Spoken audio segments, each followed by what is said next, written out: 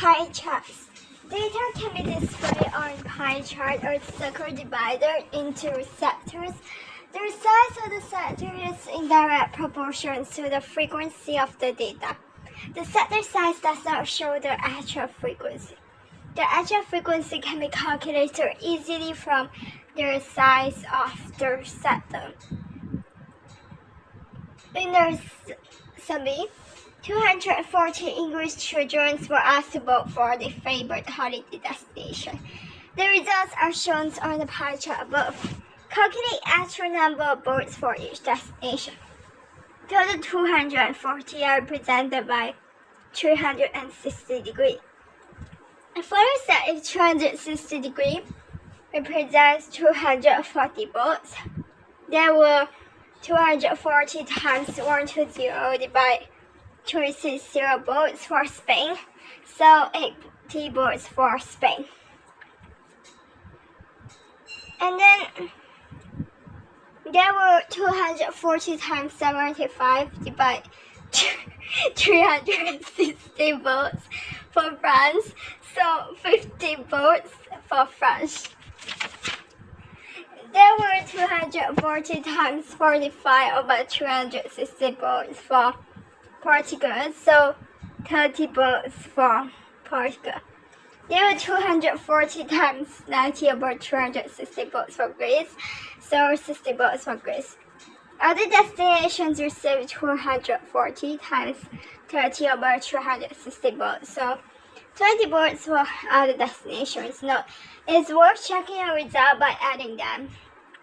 So 80 plus 50 plus 30 plus 60 plus 20 equals 240. The table shows the percentage of votes cast for various political parties in an election. If a total of 5 million votes were cast, how many votes were cast for each party? The Social Democrats received 45 over 100 times 5 million votes, so 2.25 million votes.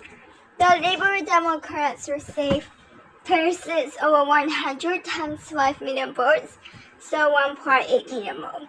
The Green Party received 15 over 100 times 5 million votes, so 75,000 votes. Other parties received 4 over 100 times 5 million. And then you need to check the total. You add it all.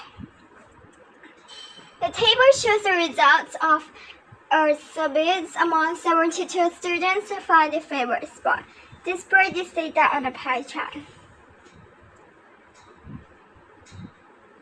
72 students are represented by 360 degrees. So one student is represented by 360 divided by 72 degrees. Therefore, the size of each sector can be calculated. Football, 35 times 360 over 72, i.e. 175. And then 14 times 260 divided by 72. 10 times 6, 360 divided by 72. And the hockey. Hockey is 6 times 360 and then divide 72. 5 times 360 divide 72. 2 times 360 divide 72.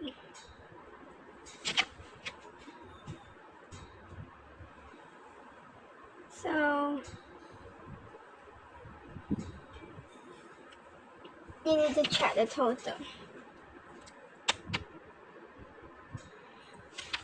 And then scatter diagrams. Scatter diagrams are particularly useful if we wish to see if there is a correlation between two sets of data.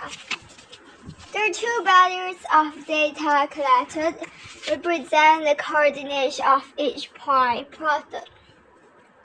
How the points lie when plotted indicates the type of relationship between the two sets of data. For example, the heights and masses of 20 children under the age of 5 were recorded. The heights were recorded in centimeters and the masses in kilograms. The data is shown in a table. Plot the scatter diagram of the above data. Comment on any relationship you see. The points tend to lie in the diagonal directions from bottom left to the top right.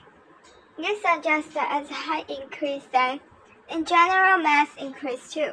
Therefore, there is a positive correlation between height and mass. If energy child was measured having a height of 80 cm, approximately what mass would you expect them to be?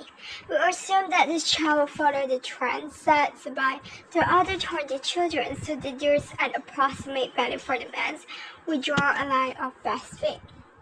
This is done by arcing a solid straight line which passes through the point as closely as possible as shown. The line of best fit can now be used to give an approximate solution to the question. If a child has a height of 80 cm, you would expect the mass to be in the regions of 13 kg.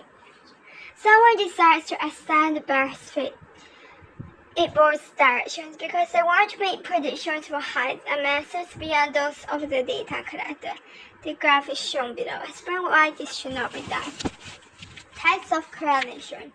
There are several types of correlations depending on the arrangement of the points plotted on the scatter diagrams. A strong positive correlation between the variables x and y. The points lie very close to the line of the best fit. As x increases, so that's y. A weak positive correlation. Although there is direction to the way the points are lying, they are not tightly packed around the line of best fit. As x increases, y tends to increase too. And a strong negative correlation. The points lie close around the line of best fit. As x increases, y decreases. No correlations, as there is no pattern to the way in which the points are lying. There is no correlations between the variables x and y. As a result, there can be no line of best fit.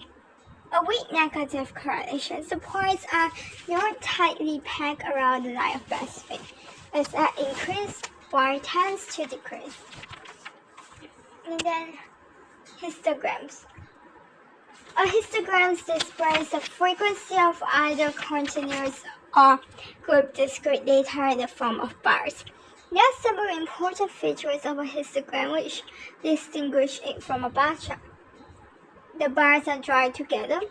The bars can be of varying width. The frequency of the data is represented by the area of the bar and not the height.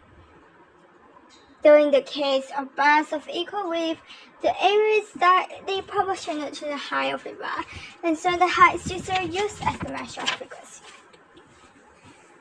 A zookeeper measures the length of 32 lizards kept in the reptile sections of the zoo. Draw a histogram of the data. All the class intervals are the same. As a result, the bar of the histogram will all be equal width and the frequency can be plotted on the vertical axis. The histogram is shown.